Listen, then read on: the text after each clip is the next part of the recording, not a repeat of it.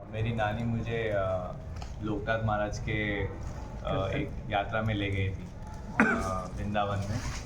तो वृंदावन में मैं गया था, तो उस टाइम को पहली बार मुझे जप करना सिखाया था वृंदावन में। पर मैं किया, फिर से मैं उस टाइम को मैं 9th क्लास में था, मुंबई में पढ़ता था।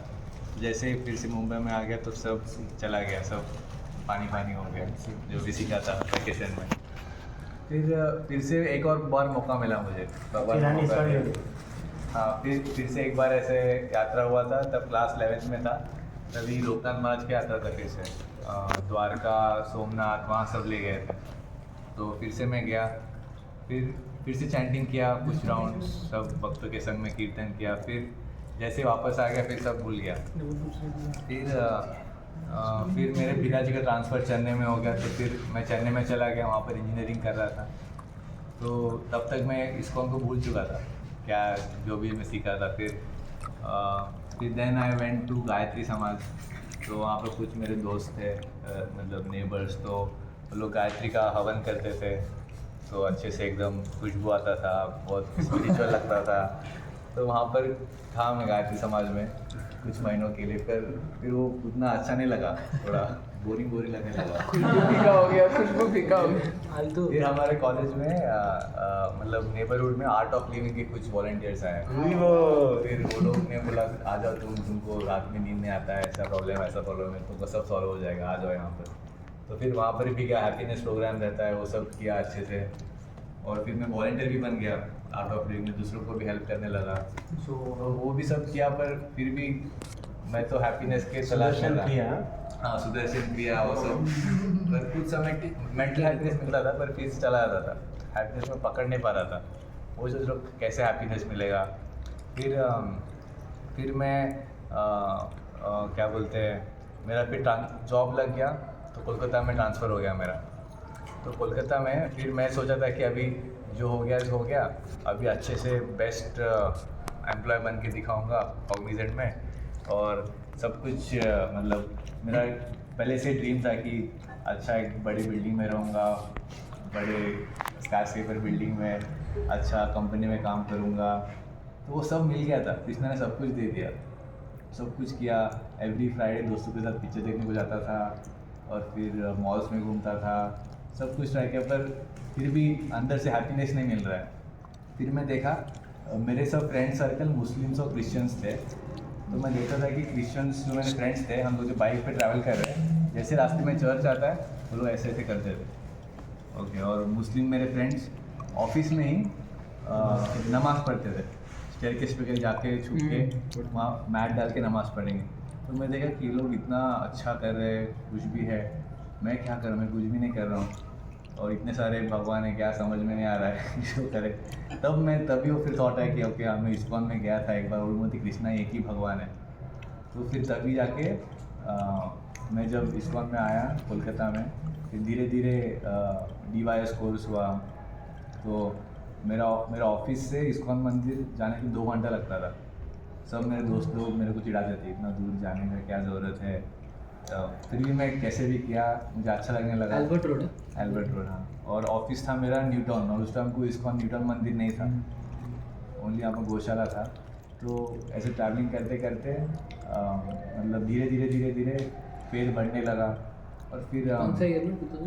2016 में कौन थे वहाँ पे? एक डिवोटी थे, महाधाम वृंदावन प्रभु। तो वैसे हुआ। और फिर धीरे धीरे मैं जैसे जैसे मैं गीता पढ़ने लगा, तो मैं धीरे धीरे समझने लगा कि क्या क्या सही है, क्या गलत है। और फिर मेरे काउंसलर ने बोला कि ठीक है, तुम ना वॉइस, एक ऐसे वॉइस नाम का जगह है, वहाँ सब लोग एक साथ रहते हैं।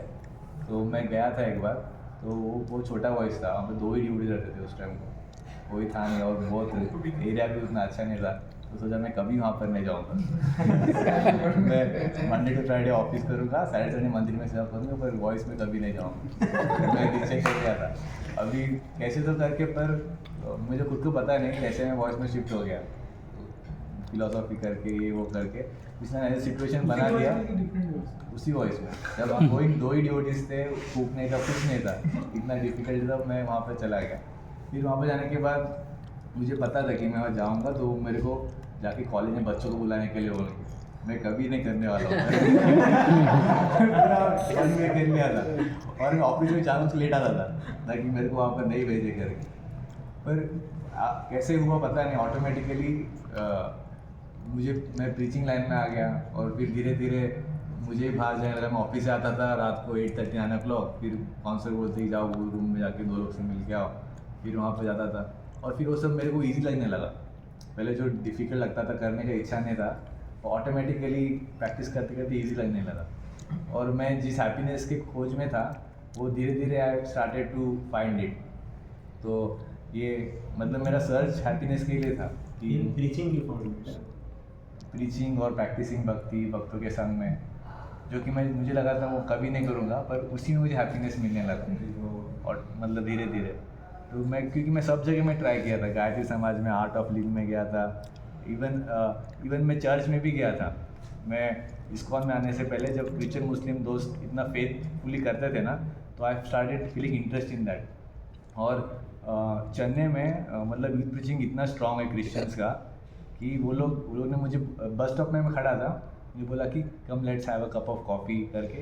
ऐसे कि मैं भी ओके अच्छा होटल में ले कॉफ़ी पिलाया, फिर बोला जीसस क्राइस्ट के बारे में बोला we are not converting you, we are teaching you how to love others and love God. और फिर मुझे बोला एवरी थर्सडे एंड ट्यूसडे एक यूथ का सेशंस होता है, आप उसमें आ जाओ।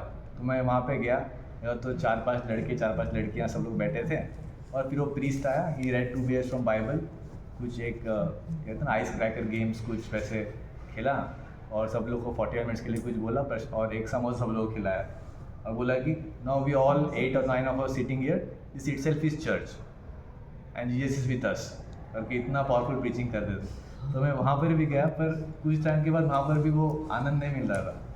तब जब इस्कॉन में मैं आया तभी मुझे ये हैप्पीनेस सब एस्पेक्ट, प्रसाद से लेकर हर एक एक्टिविटी में वो मुझे हैप्पीनेस का अनुभव होने लगा। और फिर जब मेरा इनिशिएशन का टाइम आया तो गुरु महाराज ने भी ऐसे नाम दिया, अच्युतानंद। तो कुछ ज्योतिष बोल रहे थे कि अक्षय माने कभी खत्म नहीं होगा। अच्युतानंद अच्युत मैंने भगवान कभी गिरे ना। तो कुछ डिवोटीज बोल रहे थे